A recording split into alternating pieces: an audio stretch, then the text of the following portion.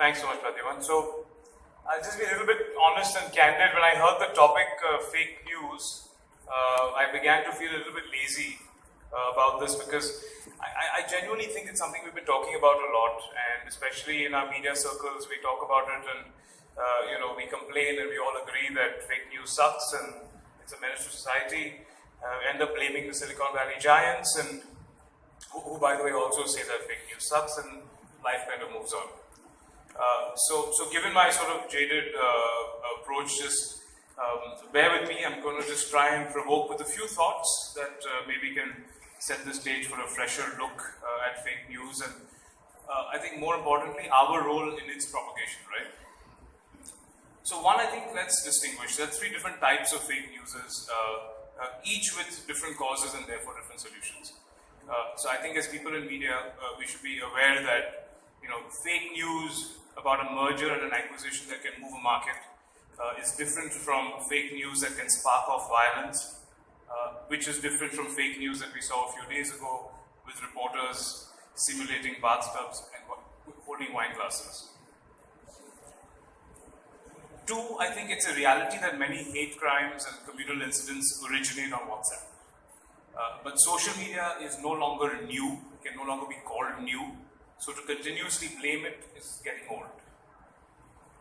Three, if you point at the globe and spin it, chances are your finger will land on a country that has never been more polarized than it is today. Indonesia, France, Germany, the US, UK, and even India.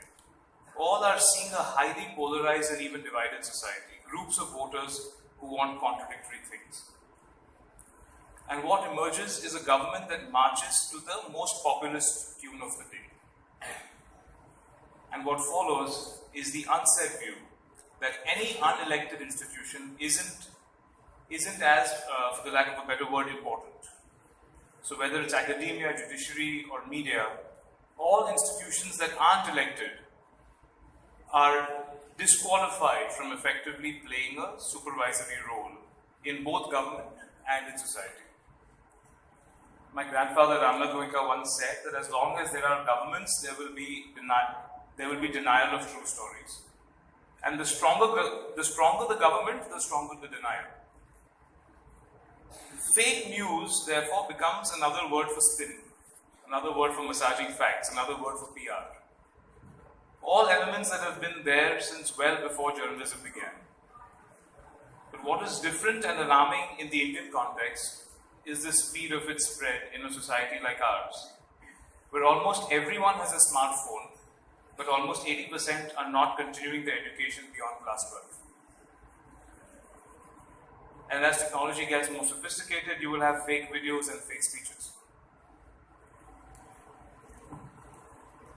Tony Hall, the DG of BBC, was in our office 10 days ago, and he said the most effective way to counter fake news for a newsroom with credibility is to have more feet on the ground. So at the Express, we invest hugely in our network of correspondents, and we, more than any other news organization, invest in talent and resources who go to the spot to check and to double check. We also believe in media literacy as a powerful tool to counter fake news. We have institutionalized programs where Express editors visit campuses, hold off-the-record sessions with readers, where they explain newsroom processes. We have a daily explain page, the larger idea is to raise a news awareness of our readers. But we are, after all, not the only media outlet in the country. I do think that the onus eventually falls on the audience to grow and sharpen its own fake news detectors, to look at sources of the article more carefully, and to decide the names of a credible source. To think many times before sharing a WhatsApp forward or a tweet.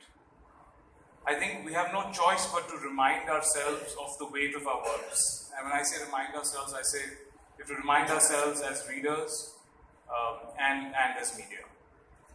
I think I'll just end it there, Pratibhan, and we can move the conversation. Thank you. Thanks, Anand. I must confess, when you were speaking, I just turned to Jensi and I said, tell me, did the Express anytime have any fake news? And he said, no. But tell me, Anand, as a media owner and as somebody who is looking at leading your digital offering greater heights, and of course selling more copies of the newspaper. Do you see that what other media companies are getting into is possibly with some reason, because at the end of the day the emphasis is on more business, and more business not just in terms of advertising but also consumption of content.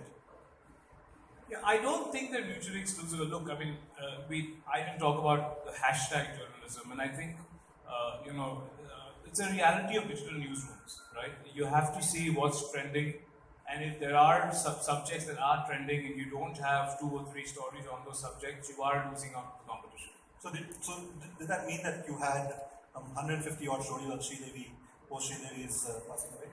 Actually, Sridevi was a great example where we did the opposite of what conventional sort of wisdom said. We had one story. Just that one story. But you kept updating. You kept updating it as facts emerged, as opposed to even maybe a year ago where we would probably have 10 URLs out there with different, saying the same thing maybe in different ways. So like you don't know which audience you're catching. You see, I mean, we all know this by now. I'm guessing that on the digital side of news, we are very conscious. We're trying to get people from the sidewall and not from the main gate, right? So if one URL isn't doing very well on, say for instance, on Facebook, maybe the second one will. The first one is more focused on Twitter, or maybe. So you need a multiplicity of stories, really. However, I think as platforms adapt and as algorithms get refined, we also have to learn to adapt with them. And I think what we did with Sridevi was a great example. I think we pretty much owned that story on digital. And because we had one story, we were the first to confirm Sanjay Kapoor, after speaking with Sanjay Kapoor, after speaking with the family member, I think it was Sanjay Kapoor, about the death. So there was a lot of rumor happening. It was very tempting to say XYZ news channel that you and I have never heard of before says Sridevi is dead, and then sort of keep qualifying it as a story develops. But we kind of held it until we got a good sort of confirmation. Then we put it out. That's when it sort of says, okay, Indian Express says Sridevi is dead. That's when the story has some weight. Anand, one more question to you before we move to the rest of the panel is, you also have language offerings, right? Is the same kind of restraint being followed by all of them? Are you able to maintain the same kind of restraint with, say the Marathi or the Hindi? Yeah, I mean, definitely. It's an attempt. I mean, the sensibilities in each language are different with each market. So, I mean, if you ask me a blanket statement, yes, the rules of journalism are the same, but we are as, Are supposed to be the same. They are the same. The way you express your opinions, the way you report news changes with markets and languages. I think that's often taken as a license to say it's not the same standard. I don't think that's quite true in our case. Say, I'm